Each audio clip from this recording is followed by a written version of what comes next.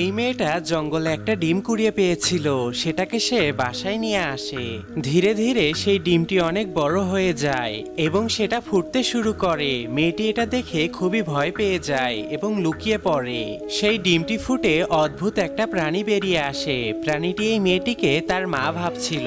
প্রাণীটি হঠাৎ করে জানালা ভেঙে বাহিরে চলে যায়। পরদিন সকালে মেয়েটি ঘুম থেকে উঠে সেই অদ্ভুত প্রাণীটিকে দেখতে পায়। মেয়েটি অনেক ভয় পেয়ে গিয়েছিল, কিন্তু সে দেখে প্রাণীটির পায়ে একটি কাচের টুকরো আটকে আছে। এটা দেখে মেয়েটির অনেক দয়া হয় এবং সে ওই কাচের টুকরোটি বের করে দেয়। রাতে যখন মেয়েটি ঘুমাচ্ছিল তখন কুকুরের ডাকে মেয়েটি অনেক বিরক্ত হচ্ছিল।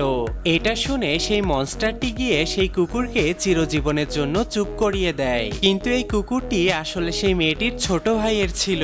ছোট ভাই যখন মেয়েটির বিছানার নিচে দেখে তখন সে ওই মনস্টারকে দেখতে পায়। এরপরে কি হলো কমেন্টে পার্ট 2 লিখে জানান।